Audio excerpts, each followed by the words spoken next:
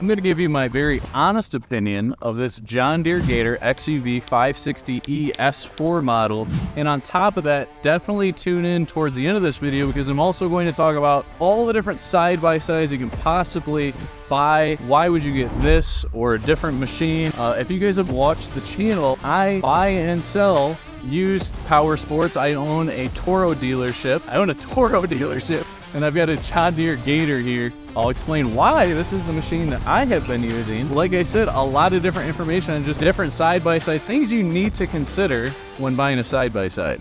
So John Deere in general is known for being probably the most recognized brand that you can possibly get, whether it be a mower, a tractor, a side-by-side, whatever the case. The XUV560 series is basically their lowest trim line that you can get for John Deere. I have been using this summer for 2 to 3 months. For a guy like me that buys and sells stuff, that's a long time for somebody to be sitting around the household. So why have I picked this and what makes this John Deere Gator unique? Well, a few different things. First of all, I have 4 kids, 2 dogs, a 24-acre property. So between all those things, it lends itself to a utility type machine that you can put a lot of different people in. And this has worked really good for us the last couple of months. This is a 560cc, which is not the biggest and baddest. Of course, you can get up to 1,000. And there's all these premium type machines like Polaris Rangers, Honda Pioneers, Can-Am Defender, HD10. So you can get up and get a lot of different power. This one is not the one that's going to be your powerhouse, but it's perfect for very basic utility type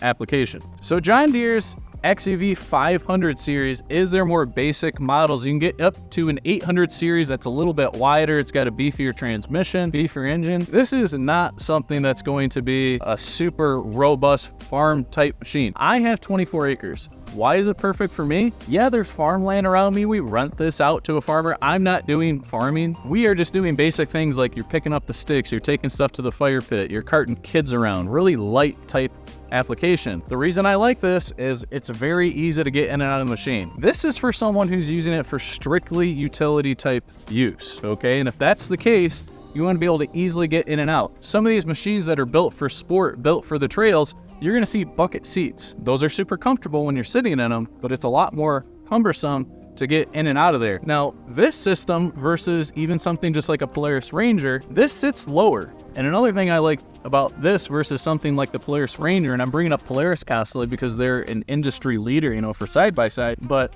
this net system is really nice for kids that you can do that all the way around and contain the kids in there. The Polaris Ranger has a hook system right here that you kind of bring up and plug in, and it gets in the way. This John Deere Gator system slides up and down and it's totally out of the way. I love that it has this option and I can contain my kids in here and feel a little bit safer. I've got kids that range from a few months old all the way up to 7 years old, and that safety feature is super nice and it's not obnoxious, it's not in the way. This is definitely not something I would get if I was trying to go trail riding. If you were going trail riding 10% or less with the application, possibly consider buying this. But if it's even a 50-50 type situation or you're going on multiple trips to go trail riding, then don't get this. Why is that? There isn't even an odometer in here to tell you the speed, but if there was, this thing is probably, and you John Deere folks are probably going to tell me the exact, but I'm guessing this goes somewhere between 30 and 40 miles an hour. Not very fast. This does not have a performance-based engine. A lot of the other machines do, where you can go 50, 60, 70 miles an hour. If I flip this up, what's in here is the same type of engine I see in a lot of lawnmowers that I sell. This is a Vanguard Briggs & Stratton engine, okay? These things putts. They don't race real hard. Now, there's advantages and there's disadvantages to having an engine like that. The advantage to that is I very often see, generally speaking, in Gators, in things like Kubotas or even Kawasaki Mules, some of those really basic utility type machines, they're not putting performance-based engine. These engines are not racing at this absolute top fast speed. They tend to last longer. Now, like I said, they tend to last longer. The last thing I thought I would ever be doing is giving you a review about how I own this machine and I like this machine, because I have seen so many issues with this, things that you really need to know before you get into a John Deere 500 series. So there's a few things that I've seen that are very typical issues with these machines. I'm using this machine. I think it's a fine engine, but I've seen these prematurely blow pretty often. I've seen these blow with 200, 300, 400, 500 hours. I've seen that on John Deere Gators. I've seen it on some 2000 to 2010 era mowers. The Briggs & Stratton Vanguard, they're making fuel injected, bigger 37 horsepower. I'm not talking about that. I'm talking about the older series. That's the one that I'd be just a little bit cautious. It's not that I would never buy it. Like, I know what this machine is.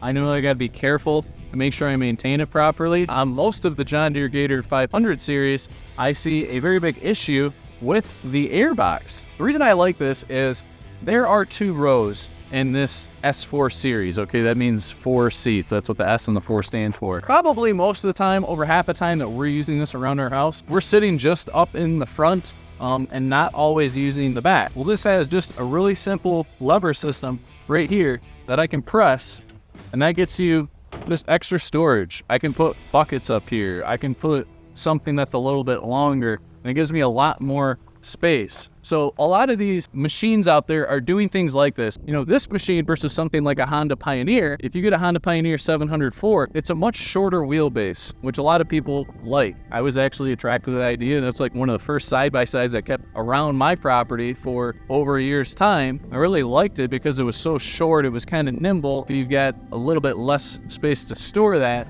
or you're trying to get between a lot of trees and you can't afford this long wheelbase, because that's kind of a negative here, but it's also positive in that it gives you more space. But I really like this feature right here that I can easily flip that up and down. A lot of these that you convert, it's not that fast. You got to do a lot of different things. You got to pull different latches, levers. The Honda Pioneers, you got to flip the seat up, cushions down, and so there's a lot more time that's involved. This is so fast.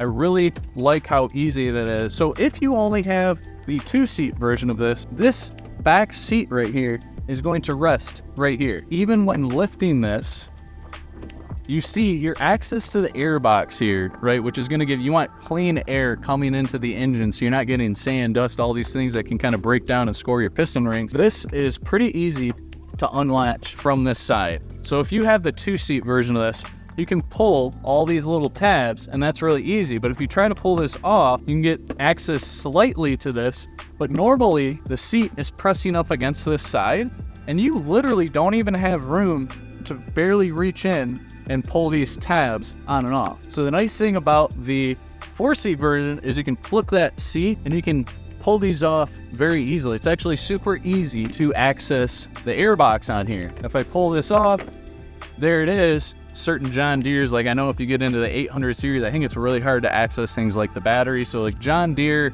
is thinking about the fit and finish, and sometimes some of those basic things that you've got to do for your maintenance, they're missing the mark on just a few different things. So if you're thinking about buying this, I'm trying to kind of constantly come back to the things you compare this to, because if you're thinking about buying this machine right here, what are the other machines that you might consider? I've talked about things like Honda Pioneers, Polaris Rangers. There's a Yamaha Viking that's utilitarian. What is kind of some drawbacks, I guess, to this machine versus some others? This bed is actually pretty small. I mentioned how this is a 500 series. If you go to John Deere's 800 series, this bed is significantly bigger. But again, what is the application for you and your family potentially if you're going to use this? Especially because this is the 6-seater and I can flip this down, I can gain a little bit of access, which is putting some extra things up front. I do like how this tailgate latches and unlatches. This feels just like a truck bed, that you've got this middle latch point right here. So the exact Gator that we're looking at here, this is a 2019 model. Let's kind of go back to just the model name of this machine. What does everything mean? I kind of mentioned the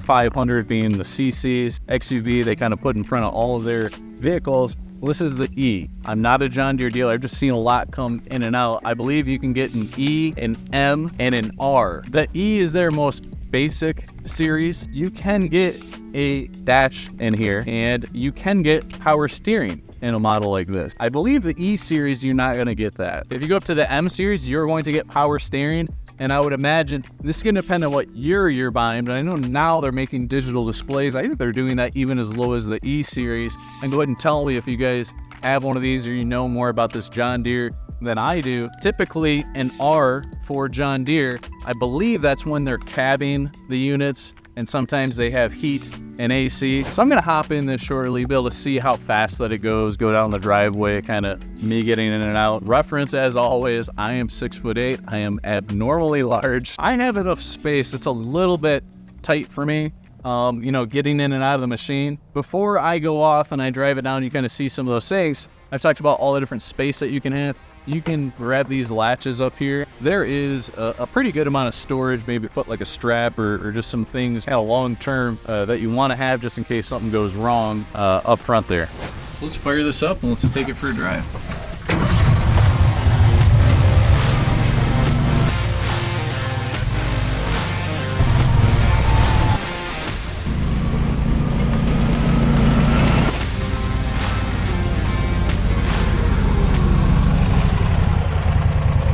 As with any side-by-side, you can get accessories to this one. When I bought it, used, you see, there we go. It has a vented windshield. It had the top independent rear suspension, so it's got CV axles that go from each side, and when you're going over bumps, it's going to be a lot more forgiving than the straight axle in the back. I think most machines are doing this nowadays. I think if you get the most primitive, basic Kawasaki mules, then maybe you get something like that, or some of the older Honda ATVs, you'll see, applications like that where it's just a straight axle across the back. But a lot of people are using independent rear suspension now. This one just has an hour meter. This one I've got is a 2019. It's got 250 hours. This is in really pretty good shape. Just a really basic cabled system. Same thing, you can go into 2 4-wheel drive, and then you got a rear differential lock. I mentioned a couple issues that I very commonly see in these John Deere Gators. One thing that I didn't even mention that I've also seen a lot of the time, you may run into an issue where it's very hard to shift this machine.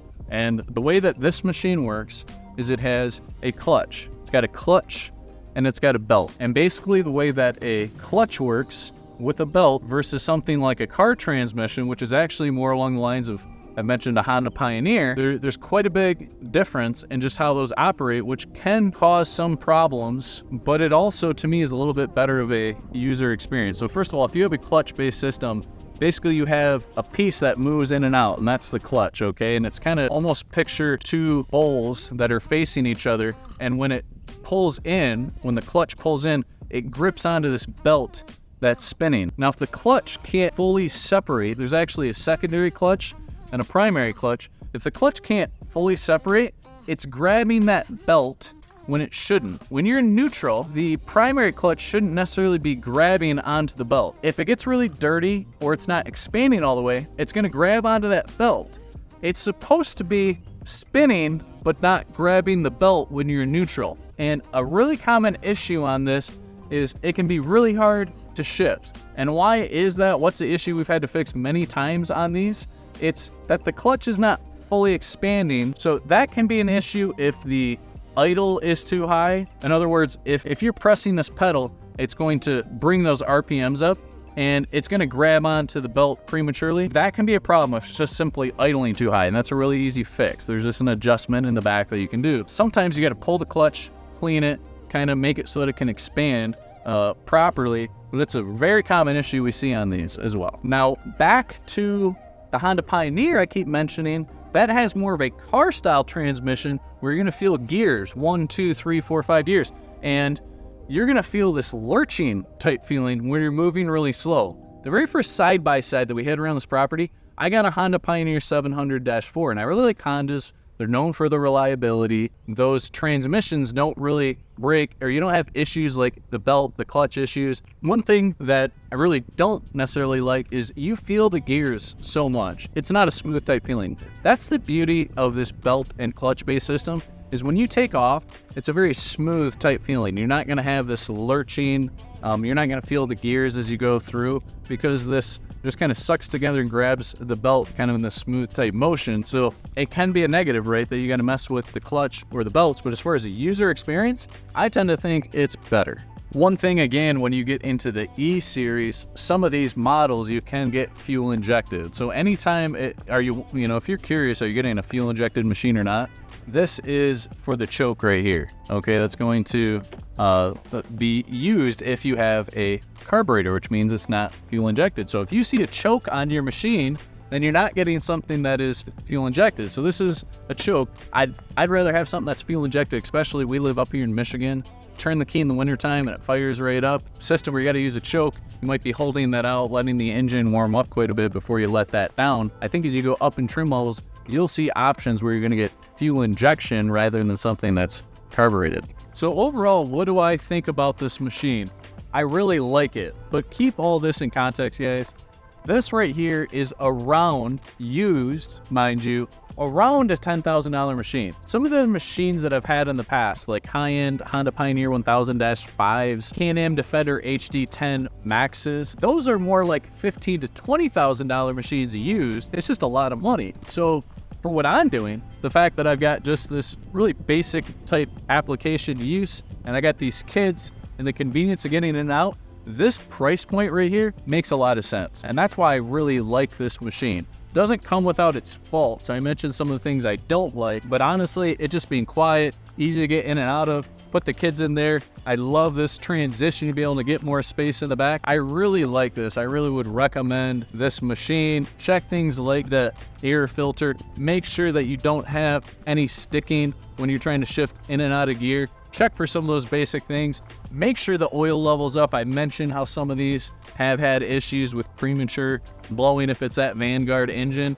If you keep oil in a machine, if you're making sure that the air filter's clean, it's gonna last, okay? And just kind of keep those things in mind as you're going.